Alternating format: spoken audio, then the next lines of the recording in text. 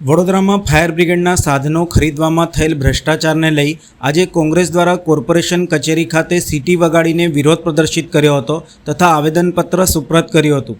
આજરોજ વડોદરા મહાનગરપાલિકાની વડી કચેરી ખાતે કોંગ્રેસ પ્રમુખ ઋત્વિજ જોશી, વિપક્ષી નેતા ચંદ્રકાંત શ્રીવાસ્તવ સહિત કોંગ્રેસના અગ્રણીઓ કાર્યકરો દ્વારા વડોદરા મહાનગરપાલિકાની કચેરી ખાતે પહોંચી વડોદરામાં ફાયર બ્રિગેડના સાધનો ખરીદવાના મામલે થયેલ ભ્રષ્ટાચારને લઈને આજે સિસોટી વગાડીને વિરોધ પ્રદર્શન કર્યું હતું। ફાયર વિભાગમાં સાધનો ખરીદીના મામલે જે રીતે ઊંચા ભાવે ખરીદી કરવામાં આવી હતી તેમાં સિસોટી 3300ના ઊંચા ભાવે ખરીદવામાં આવી હતી, ત્યારે પાલિકા પરિસર કોંગ્રેસના કાર્યકર્તાઓએ સિસોટીથી ગુંજવી મૂક્યું હતું અને ડેપ્યુટી મ્યુનિસિપલ કમિશનરને આવેદનપત્ર આપી સ્થાયી સમિતિ બરખાસ્ત કરવાની માંગણી સાથે જે અધિકારીઓને સસ્પેન્ડ કરવામાં આવ્યા છે તેમના ઉપર ફોજદારી કેસ કરવામાં આવે તેવી માંગણી કરી હતી। અમે વડોદરા શહેરના નગર વતીની અમારી ફરિયાદ છે, ત્યાં એક તો ભરતી ખોટી થયેલી છે।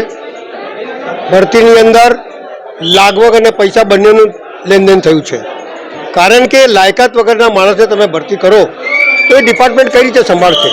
અને બંને ડિપાર્ટમેન્ટ લોકોને સ્પર્શે એવા ડિપાર્ટમેન્ટ છે। એક આરોગ્ય, જેની અંદર વડોદરા શહેરના નગરજનોની નગરજનોનું સ્વાસ્થ્યનો ખ્યાલ રાખવાનો છે। બીજી બાજુ લોકોને આગ લાગે તો તાત્કાલિક ફાયર પહોંચવું જોઈએ એ જગ્યા પર। એક બાજુ ફાયર ઓફિસર ભણે છે અને બીજી બાજુ નોકરી કરે છે, આ કઈ રીતે શક્ય બની શકે? એવા માણસને મોટા નેતાઓની લાગવગથી અહીંયા મૂકી દીધું તો વડોદરા શહેર એમના ગીરવે મૂકેલું છે? ભાઈ, તમે નેતા છો તો ગીરવે થોડી મૂકી દીધું છે। એવી જ રીતે અહીંયા હાઈકોર્ટમાં કેસ ચાલતું હતું દેશનું, અને અહીંયા એમને ભરતી કરી લીધી તો કયા આધારે કરી લીધી? એટલે ભ્રષ્ટાચાર કરવા માટે, રૂપિયા કમાવા માટે આવા અધિકારીઓની ભરતી થયેલી છે। અમારો સીધો આક્ષેપ છે કે વડોદરા શહેર જે ટેક્સ રૂપી પૈસા તમને આપે છે એના વડોદરા મહાનગરપાલિકા ચાલશે। લૂંટ કરવા માટે નથી મૂક્યા તમને, અમને ટ્રસ્ટી તરીકે મોકલ્યા છે એ રોકવા માટે, પણ અહીંયા તો ટ્રસ્ટી જ એમની જોડે થઈ જાય છે। એટલે સવાલ એટલો જ છે કે આવા અધિકારીઓને સસ્પેન્ડ ના કરાય, આવા અધિકારીઓને પોલીસ કેસ કરાય અને આમને ડિસમિસ કરાય। સમગ્ર સભામાં કામ લાવો અને ડિસમિસ કરો, ત્યાં ખુલ્લું પડી જશે કેટલા એમની જોડે છે ને કેટલા એમનાથી સાથે છે। એટલે અમારું માનવું, કોંગ્રેસ પાર્ટીનું માનવું છે કે આવા તમામ અધિકારીઓને જેલ ભેગા કરો, જેથી બીજા અહીંયા આવતા એને ખબર પડે કે જો ખરાબ કામ કરીશું, જો લૂંટ કરીશું તો જેલ થશે। એવા અનેક અધિકારીઓ જે સામેલ છે, અનેક નેતાઓ જે સામેલ છે, બધાને ખુલ્લા પાડવા જોઈએ અને એમને પોલીસ કેસ કરીને અંદર કરવા જોઈએ એવું મારું માનવું। ભ્રષ્ટ ભાજપના શાસનમાં આ વડોદરાની અંદર કોઈ પણ એવી જગ્યા નથી, કોઈ પણ એવું ડિપાર્ટમેન્ટ નથી કોર્પોરેશન કે જ્યાં ભ્રષ્ટાચાર ના થતો હોય। અને હવે તો તમામ ભ્રષ્ટાચારની સીમા વટાવી ચૂક્યા છે આ લોકો। તમે વિચાર કરો કે જે ફાયર બ્રિગેડના સંસાધનો જે વડોદરાની પ્રજાના સેવા માટે આ લોકો વસાવતા હોય છે એમાં ભ્રષ્ટાચાર। સિસોટી જે 18 રૂપિયાની સિસોટી છે 18, એના 3300 રૂપિયા।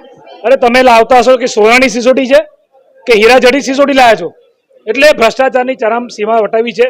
તમે આના માટે જવાબદાર જે અધિકારીઓ છે એમને ખાલી સસ્પેન્ડ નહીં, જેલના સળિયા પાછળ બિન જામીન પાત્ર ગુનો જેલના સળિયા પાછળ મોકલો ભ્રષ્ટાચારીઓને। અને અમના પર હાથ કોના છે? અમના પર હાથ છે સ્ટેન્ડિંગ કમિટીના ચેરમેનના, ભાજપના નેતાઓના। એ બધાની સામે પણ કેસ કરો અને આ છેલ્લા વડોદરા શહેરમાં જેટલા મેયરો રહી ચૂક્યા છે આ બધાની ખરેખર એસીબીને કહું છું આપના માધ્યમથી કે પ્રોપર્ટીની તપાસ કરો કે આ લોકો પાસે રાતોરાત અલાદીનનો ચિરાગ આવી જાય છે કે સ્કૂટરના ઠેકાણા નથી હોતા અને પછી 5 વર્ષમાં એવું તો શું થઈ જાય છે કે કરોડપતિ થઈ જાય। બધાની પર ભ્રષ્ટાચારના આરોપ છે, મેયર હોય, ડેપ્યુટી મેયર હોય, ચેરમેન હોય। કોંગ્રેસ પાર્ટીએ આવેદનપત્ર આપ્યું છે કે આખી સ્ટેન્ડિંગ કમિટીને બરખાસ્ત કરો, ડિસોલ્વ કરો। કેમ? કારણ કે આ લોકો મિટિંગ અને ચીટિંગ કરે છે। આ લોકોએ સિસોટીમાં કૌભાંડ કર્યું છે। વડોદરાની પ્રજા આવનારા દિવસમાં ભાજપના નેતાઓની સિસોટી વગાડી દેશે, એમાં કોઈ શંકાના સ્થાન નથી।